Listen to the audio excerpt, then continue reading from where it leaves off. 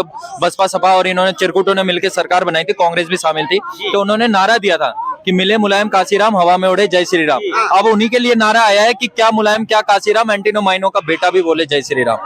पापी बना मुलायम, पापी बना मुलायम, हरि भक्तों को मरवाया, अधमरी लाश लदवा करके सरयू जी में बहवाया, थी बोर खून से गलियां मानो बहता हो पानी, ए मेरे वतन के लोगों जरा याद करो कुर्बानी। ये किसी की कमाई का पैसा नहीं लगा है, इसमें राम भक्तों का पैसा लगा है, इसलिए कोई उंगली उठाने वाले अपनी उंगली नीचे कर लो, नहीं तो उंगलियां तोड़ दी जाए। लेकिन उंगली तो उठा रहे हैं कि सरकार के पैसे से राम मंदिर बना है। सर आप इस बात को समझिए कि 496 साल का वो संघर्ष, मेरे रामलला, हमारे आंसू आ जाते हैं उस बात पे बोलते हुए, हम इमोशनल हो जाते हैं। इस फीलिंग को कौन समझेगा कि मेरे रामलला टेंट में हुआ करते थे और आज वो विराजमान हो रहे हैं, तो हम मोदी को कैसे ना माने।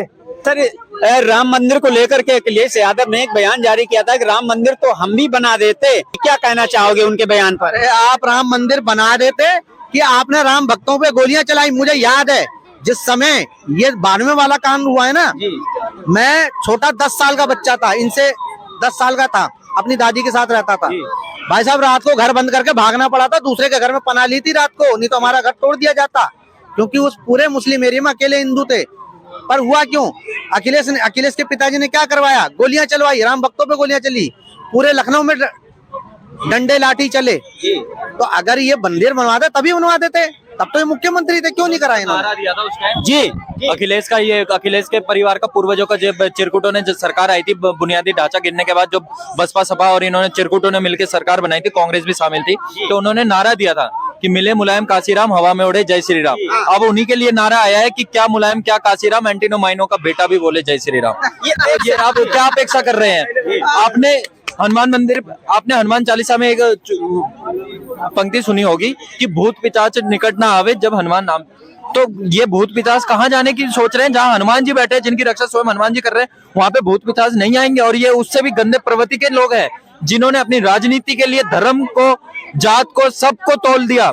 ये क्या राजनीति करेंगे जनाब? राजनीति अगर करनी हो तो धर्म को लेके चलो, क्या राजनीति होगी? और जो एक रावण, जो सबसे बड़े पंडित विद्वान थे, उन्होंने राम के खिलाफ जाके अपने पूरे वंश का नाश करवा दिया। वैसे ही ये कांग्रेस पार्टी और ये सारी पार्टी जो है चिरकुटों की पार्टी, इन्होंने अपने वंश का, अपना ही नाश नहीं, अपने आने वाले पूरी पीढ़ियों का नाश कराया है राम के विरोध करके। और ये इनको दिखा रहे हैं जनता, अभी 3 राज्यों में दिखा, 24 के बाद भी दिखेगा। और ये जो न्याय यात्रा निकाली है ना राहुल गांधी ने, वो अपने गांधी परिवार का जो अस्तित्व, वैसे तो वो गांधी परिवार से है नहीं, एंटीनो माइनो का बेटा गांधी और फिरोज खान का पोता गांधी अपने आप को लगाता है, नहीं वो तो जबरदस्ती लगाते हैं। और हमारे हिंदुस्तान की जो जनता थी, वो उन्होंने माना उस समय, क्योंकि जागरूकता नहीं था, या हमारे इतिहास में वो पढ़ाया नहीं गया था।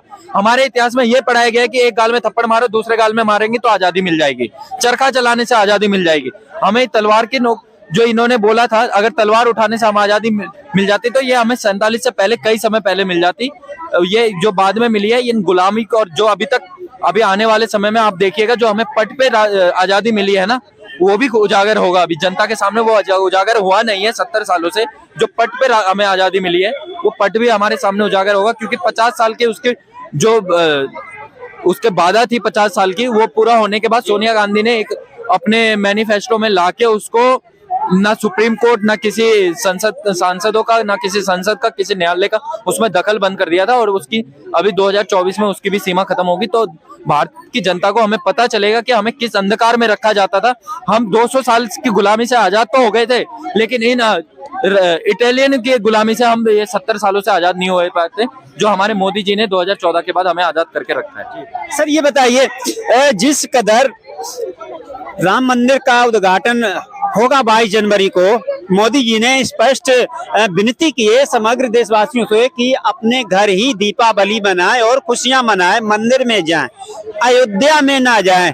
क्या कहना है सर आपका कि राम मंदिर बने? ये लगभग 100 करोड़ हिंदुओं की इच्छा थी और उन्हीं को जाने से रोक रहे मोदी जी। क्या कहना है सर आपका? देखिए, मोदी जी ने रोकने की जो इनकी बोला है, इन्होंने सुरक्षा की दृष्टि से बोला है। हमारे 29 कंट्रियों के डेलीगेट्स आएंगे, उनकी सुरक्षा, देश के सारे संवैधानिक पद में बैठे मंत्री, कुछ विपक्ष में बैठे भी मंत्रियां, विपक्ष के नेता, हमारे संविधान पद में बैठे हुए जितने भी राजनायक है सारे आएंगे, उनकी सुरक्षा, वहां के पूरी जनता की सुरक्षा, बड़े बड़े महंतों की सुरक्षा, सारी सुरक्षा की व्यवस्था के ऊपर है।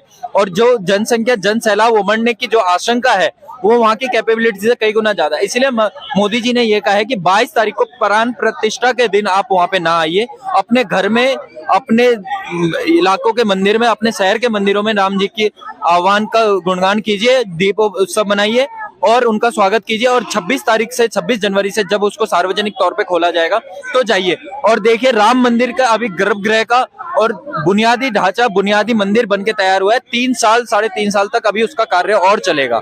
चलिए ये बताइए सर, लगातार आरोप लगाए जा रहे हैं विपक्ष के द्वारा कि मोदी जी राम मंदिर का उद्घाटन नहीं कर सकते, हवन कुंड पर नहीं बैठ सकते, उनकी पत्नी नहीं है। क्या कहना है सर आपका? सर पहली बात तो ऐसा है कि उनकी पत्नी है, दूसरी बात लेकिन छोड़ दी ना, कहना पत्नी छोड़ दी तो कैसे कर सकते हैं? छोड़ दी या कुछ भी छोड़ दी, मतलब उन्होंने तलाक नहीं दिया है, वो विधुर नहीं है, पहली चीज। दूसरी चीज की वहां पर कहीं पर भी ऐसा आप अगर उस संदर्भ को लेके आते हैं जो शास्त्रों में लिखा हुआ है कि बिना पत्नी के हवन नहीं किया जा सकता, तो ऐसा नहीं है। मोदी जी बिल्कुल कर सकते हैं। क्यों कि मोदी जी ने जब अपनी पत्नी छोड़ी थी युवा अवस्था में छोड़ी थी, आज वो वृद्धावस्था में उन्होंने अपना पूरा जीवन एक ब्रह्मचर्य में निभाया है। और जब एक ब्रह्मचारी चाहे तो वो बिल्कुल बैठ सकता है और इसीलिए नरेंद्र मोदी जी बिल्कुल उसमें बैठ सकते हैं। न सिर्फ बैठ सकते हैं बल्कि वो प्राण प्रतिष्ठा करेंगे भी। और ये 100 करोड़ हिंदुओं की, हम सबकी आस्था का प्रतीक है और हम चाहते हैं कि मोदी जी द्वारा ही ये संभव हो और मोदी जी ही करें, क्योंकि ये संभव भी उन्हीं के द्वारा हुआ है। धर्म की राजनीति कर रहे हैं मोदी जी। सर धर्म की राजनीति तो इस देश ने देखा है कि कैसे कैसे हुई है। अभी आप जो एक सवाल कह रहे थे, मैं धर्म की राजनीति और हर चीज का सिर्फ 4 लाइनों में जवाब देना चाहूंगा। बिल्कुल। आपने वो गाना सुना होगा लता जी का कि ए मेरे वतन के लोगों जरा याद करो कुर्बानी। उसी तर्ज पर मैंने लिखा था कि पापी बना मुलायम हरि भक्तों को मरवाया, अधमरी लाश लदवा करके सरयू जी में बहवाया, थी बोर खून से गलियां मानो बहता हो पानी, ए मेरे वतन के लोगों जरा याद करो कुर्बानी। समझ गए? तो जब 92 का वो जो दौर था ना, लोग बताते हैं कि जब गोलियां चल रही थी ना, ऊपर से हेलीकॉप्टर से लोग नहरों में छुप के, और ऐसे मेरे ताऊ जी, मेरे बड़े भाई, ये लोग गए थे बाबरी विध्वंस के समय पर। और वो लोग बताते हैं कि जब गोलियां चल रही थी तो एक हेलीकॉप्टर में खुद मुलायम सिंह यादव मौजूद थे और वो लोगों पर गोलियां चला रहे थे। और मुलायम सिंह यादव ने ये बयान भी दिया है कि अगर मैं उस समय कार सेवकों पर गोलियां नहीं चलवाता तो मुस्लिम भाइयों के साथ में अन्याय होता। तो आप इस बात से समझ सकते हैं कि कौन धर्म की राजनीति करता है और कौन राष्ट्र की राजनीति करता है। नरेंद्र मोदी वो शख्सियत है। नरेंद्र मोदी के लिए आज नहीं, बहुत पहले 2014 में कवि गौरव चौहान ने लिखा था कि विश्वास करो तुम मोदी पर, वो नवयुग का निर्माता है। ऐसा राष्ट्रपुरुष मातृभूमि पर सिर्फ एक बार ही आता है। वह जामवंत है इस युग का, हनुमान जगाने आया है, भारत के हर युवा के दिल में श्री राम जगाने आया है। और आज आप देख रहे हैं 2014 में कवि गौरव ने ये लिखा था और आज ये साक्षात हम लोग देख रहे हैं। हर युवा के, हर बुजुर्ग के, हर बच्चे के दिल में श्री राम श्री राम श्री राम का नारा गूंज रहा है। एक ही नाम, एक ही नारा, जय श्री राम पूरे विश्व पटल पे गूंज रहा है। और मेरे राम लला 22 तारीख को विराजमान हो रहे हैं। यह हम 100 करोड़ हिंदुओं के न सिर्फ आस्था का ही नहीं, ये हमारे इमोशंस जुड़े हुए। जब हम राम की बात करते हैं हमारे रोंगटे खड़े हो जाते हैं। जब हम राम की बात करते हैं हमारा वो इमोशंस आ जाता है। जब मैं पैदा हुआ था उसी सन में जिस समय में ये हुआ। कोठारी ब्रदर्स, सोचो ना किस उम्र में उन्होंने राम मंदिर के लिए कितने लोगों ने बलिदान दिया। 596 साल, 496 निहंग सिखों ने कितना बलिदान दिया। आला उदल की कहानी है श्री राम के लिए, आला उदल की कहानी है, बताते हैं। और आप इस बात को समझिए कि 496 साल का वो संघर्ष, मेरे रामलला, हमारे आंसू आ जाते हैं उस बात पे बोलते हुए, हम इमोशनल हो जाते हैं। इस फीलिंग को कौन समझेगा कि मेरे रामलला टेंट में हुआ करते थे और आज वो विराजमान हो रहे हैं, तो हम मोदी को कैसे ना माने।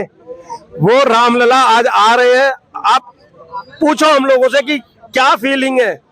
मैं सॉरी बट मतलब जो राम को लाए हैं हम उनको फिर से लाएंगे। राम क्या को कहना चाहते हो? मेरी बात को समझिए। पहली बात मैं एक चीज आज क्लियर कर दूं, राम तो सबको लाए हैं, राम को लाने वाला कोई नहीं है। जिसके नाम के पत्थर तैर गए। कहते हैं कलयुग केवल नाम आधारा, सुमिर सुमिर नर उतर ही पारा। तो श्री राम का तो नाम वो है कि कलयुग केवल नाम आधारा, सुमिर सुमिर नर उतर ही पारा। लंकिनी को जब हनुमान जी ने मुक्का मारा है, लंकिनी ने हनुमान जी को बोला प्रभसी नगर कीजिए सब काजा, हृदय राखी कौशलपुर राजा। तो आप समझिए कि आप नगर में घुसिए और सारे काम कीजिए। आप भगवान श्री राम को जब अपने हृदय में रखते हैं ना, तो आपके सारे सकारात्मक चीजें होने लगती है और आप सारे सकारात्मक चीज करते हैं। और आज जब मेरे रामलला 5 साल के रामलला जब विराजमान हो रहे हैं ना, उस फीलिंग को हम कैसे आपको बयान करें। मैंने बोला ना, हमारा गला भर आता है, हम लोग इमोशनल हो जाते हैं। हमने वो देखा है कि जब बरसात से और आंधियों से उनका टेंट फट जाता था ना, उसके लिए भी कोर्ट से परमिशन लेनी पड़ती थी। सोचिए, कोर्ट से परमिशन लेके मेरे रामलला का वो टेंट बदला जाता था। जन्मभूमि में उनके जन्मभूमि में उनको ऐसे रहना पड़ता था जहाँ पे आप गए होंगे कभी मंदिर, सुप्रीम कोर्ट का ऑर्डर से पहले, तो कैसी सिक्योरिटी के लेयर से बिछी रहती थी, जैसे किसी बड़े उसको सिक्योरिटी दी जा रही। जहां उनका जन्म हुआ वो वहां पे वो सुरक्षित नहीं थे, उनको ऐसी अवस्था में रखा जाता था। पत्रकार महोदय, आपने अभी बोला धर्म की राजनीति, धर्म की राजनीति अरे उन्होंने की है जिन्होंने देश को लूट के खा गए हैं। संविधान के सबसे बड़े जनक, अपने गुरु मानने वाले ये भीमराव अंबेडकर, उन्होंने संविधान में लिखा था कि संविधान एक ही है और एक ही संविधान में पूरा भारतवर्ष चलेगा। क्या उन्होंने माना संविधान के कानूनों को? माना? संविधान कौन मान रहा है आज? आप ये बताइए ना, क्या मजबूरियां थी जो उन्होंने मदरसा बनाए? क्या मजबूरियां थी जो उन्होंने मुस्लिम पर्सनल लीग दी? क्या मजबूरियां थी जो उन्होंने वक्फ बोर्ड का गठन किया? क्या मजबूरियां थी जो उन्होंने सुप्रीम कोर्ट के खिलाफ जाके सरिया कानून के उसको अलग से दर्जा दिया? क्या मजबूरियां थी जो उन्होंने बाबरी मस्जिद का जब हमला हुआ वहां पे गोलियां चला दी? क्या मजबूरियां थी कि उन्होंने मस्जिद के लिए बयान दिए? क्या मजबूरियां थी जो उन्होंने राम को भी काल्पनिक बता दिया? अरे धर्म की राजनीति तो उन्होंने की है। और मोदी जी सर्व धर्म को लेके चल रहे हैं, अपने उच्चतम वर्ग से लेकर निम्नतम वर्ग तक कार्य कर रहे हैं। और अगर वो हमारे सनातन धर्म के लिए कर रहे हैं तो ये सबसे खुशी की बात है। और मोदी जी ने ही बाकी राजनीतिक पार्टियों को भी याद दिलाया कि सनातन धर्म भी है। एक सवाल और छोटा सा, जैसा कि सारा विपक्ष लगातार कह रहा है कि मोदी धर्म की राजनीति कर रहे हैं, अब सर एक छोटा सा सवाल है, अयोध्या में 22 जनवरी को राम मंदिर का उद्घाटन है और साथ में योगी जी ने विश्व की सबसे बड़ी मस्जिद अयोध्या में बनाने की घोषणा कर दी है। यदि धर्म की राजनीति है तो फिर योगी जी ने विश्व की सबसे बड़ी मस्जिद उत्तर प्रदेश और अयोध्या में ही क्यों निर्माण करने का आदेश दे दिया सर? इसका जवाब मैं बड़े उससे देता हूँ। इसमें आप पॉजिटिविटी देखिए, आप इसको धर्म की राजनीति से मत देखिए। अयोध्या में राम जन्मभूमि पे जो विवादित ढांचा था उसको बीजेपी गवर्नमेंट में, कल्याण सिंह के गवर्नमेंट में ही हटाया गया।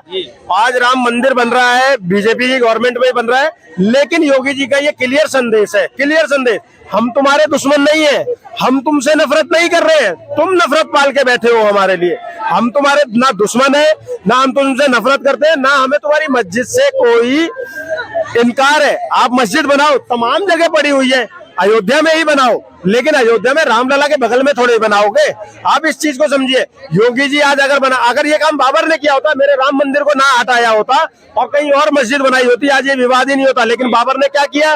बाबर ने औरंगजेब ने, इन मुगलिया सल्तनत के फकीरों ने, मैं तो बादशाह नहीं बोलता, इनको फकीर बोलता हूँ क्योंकि लुटेरे आए थे, इन्होंने क्या किया? जहां जहां मंदिर थे वहां वहां तोड़ के मस्जिद बनाना इनकी मंशा को दर्शाता था, इनकी गलत मंशा को।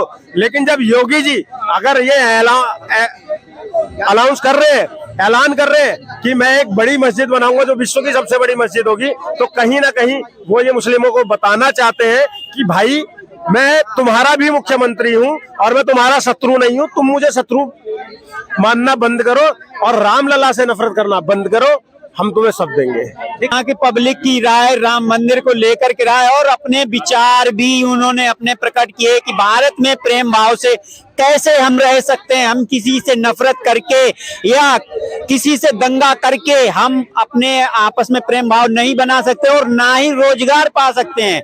रोजगार यदि पाना है, प्रेम भाव से रहना है, तो भारत को बढ़ाना है, तो हम सबको, चाहे वो हिंदू हो, मुस्लिम हो, यानी कि किसी भी धर्म का भारत में नागरिक रह रहा हो, हर किसी को प्रेम भाव से रहना चाहिए और इसी में हमारे भारत की उन्नति है।